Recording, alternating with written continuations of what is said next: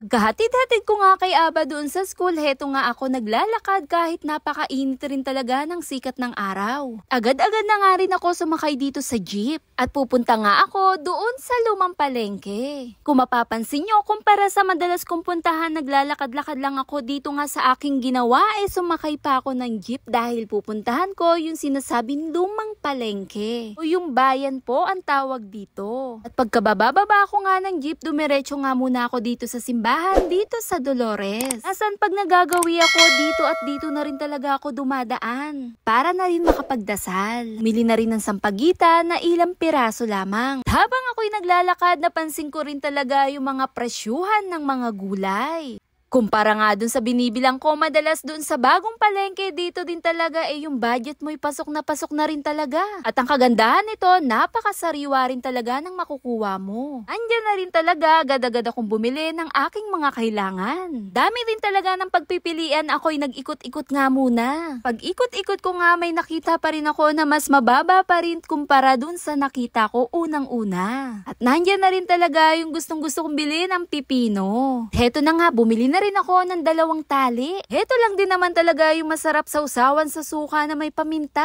Akit pa nga ang aking mata sa ibang mga bilihin gaya ng ibang gulay. Kahit sino naman din talaga pagdating sa presyuhan ng gulay, talagang bibilit bibili ka na. At kung saan din talaga tayo makakabawas. Habang ako'y naglalakad, pinagmamasdan ko rin talaga ang mga itsura ng mga gulay at yung pinaka-prutas din talaga. Dahil nandito na rin ako, bumili na rin talaga ako ng iba kong kailangan. Pero dun pa rin talaga ako nagawi sa mga bilihin talaga ng mga gulay. Dito lang din talaga ako naka-less din talaga ng sobra-sobra. Hindi ko rin talaga mawari bakit pinagkakaguluhan sila dito. Pagtingin ko, yung presyuhan din talaga ng gulay abot kaya ng bulsa. Sariwang-sariwa din talaga. Nandyan na rin talaga na bumili rin ako ng upo.